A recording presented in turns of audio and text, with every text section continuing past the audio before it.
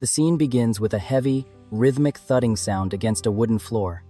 The sound of a 140-pound presence moving in the shadows of a dimly lit hallway. The camera focuses on a pair of massive, soulful eyes watching a nursery door from a distance. Inside that room lies Clara, a tiny newborn wrapped in a white blanket, weighing barely 7 pounds. The contrast is staggering. Between them stands a literal line of yellow tape on the floor, a physical manifestation of the no-approach rule established by her parents, Evelyn and James. This rule was not born out of malice, but out of a deep, paralyzing fear of the unknown power residing in their rescue dog, Goliath. The question that hangs heavy in the air is not whether Goliath is a good dog, but whether a creature that once gave up on life can be trusted around something so fragile. Viewers are left wondering what could possibly possess a mother to bring a massive, formerly traumatized predator into a home with a helpless infant. Evelyn is a woman defined by her cautious nature and her immense capacity for empathy, which led her to adopt Goliath despite his imposing size and dark history. Goliath is a Cane Corso who was once a shell of a dog, a creature that had been found emaciated and near death on the side of a highway. Before his rescue, his ribs were visible beneath his dull fur, and his eyes carried an emptiness that suggested he had accepted his end. Goliath was not aggressive. He was simply hollow, a dog that had stopped eating and stopped reacting to the world around him after losing everything he knew. James, on the other hand, is the voice of logic and protection. He loves Goliath, but his primary instinct is to shield his new daughter, Clara, from any potential risk. He is the one who insisted on the strict boundaries, fearful that Goliath's sheer mass or unpredictable past could lead to an accidental tragedy. Goliath spends his days in a state of quiet observation, a silent giant who seems to understand that he is being kept at a distance. He is a dog of immense intelligence and sensitivity, waiting for a signal that he is finally allowed to belong. The atmosphere in the house shifted the moment Clara was brought home from the hospital. The air became thick with the scent of baby powder and a new, vulnerable life. James and Evelyn were on high alert, constantly monitoring Goliath's every movement. One rainy afternoon, while James was out picking up supplies, and Evelyn was exhausted from a sleepless night, she accidentally left the nursery door slightly ajar while she stepped into the kitchen to prepare a bottle. This was the moment the no-approach rule was shattered.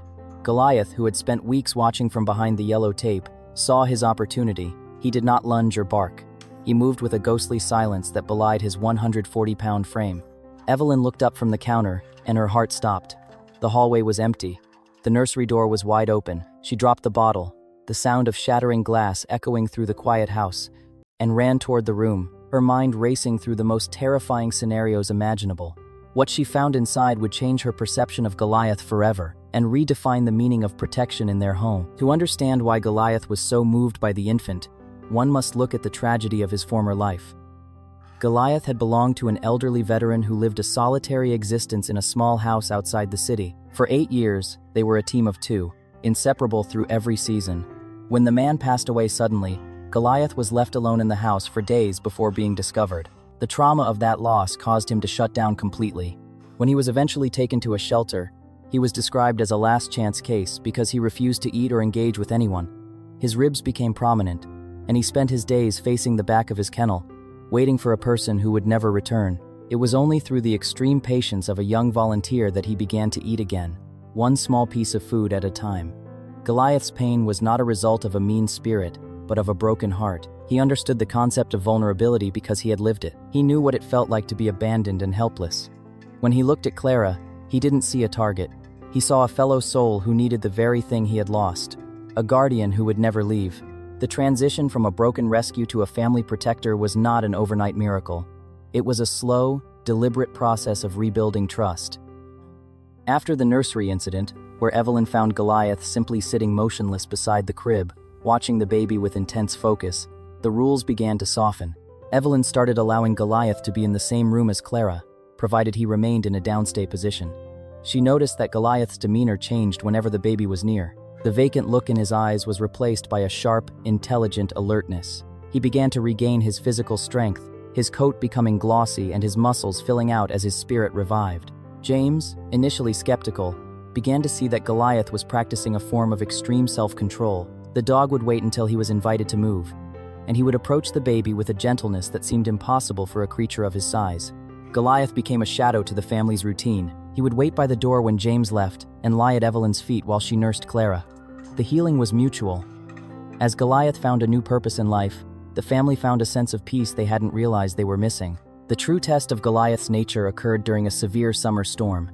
The power had gone out, and the house was plunged into darkness and the roar of thunder. Clara, terrified by the loud noises, began to cry with a frantic, inconsolable intensity. Evelyn was struggling to find a flashlight and soothe the baby at the same time. Suddenly, Goliath broke his stay. He didn't just approach, he took charge. He walked to the side of the crib and let out a low, vibrating rumble in his chest, a sound meant to comfort rather than threaten. He then laid his massive head on the edge of the mattress, inches from Clara's face. In the flicking light of a candle, Evelyn saw something miraculous. Clara stopped crying. She reached out her tiny, uncoordinated hand and gripped the soft fur on Goliath's muzzle. The 140-pound dog remained perfectly still, his breath slow and steady, acting as an anchor in the storm. He didn't flinch or pull away. He simply existed as a mountain of safety for the child. James entered the room and stopped in his tracks, seeing the beast and the beauty of the bond. The fear that had dictated their lives for months evaporated in that single moment of connection. Goliath was no longer a rescue dog. He was a brother and a protector who had finally found his way back to the light. The story concludes with a scene of total harmony. Goliath is now a permanent fixture at the foot of Clara's bed, a silent guardian who watches over her every night.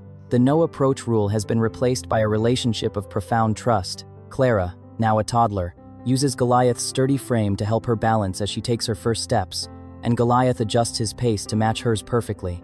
They are inseparable, a massive Cane Corso and a little girl who speaks to him in a language of touch and soft whispers. They didn't just save each other from loneliness and fear. They gave each other a future that seemed impossible on the day Goliath was found alone on that highway.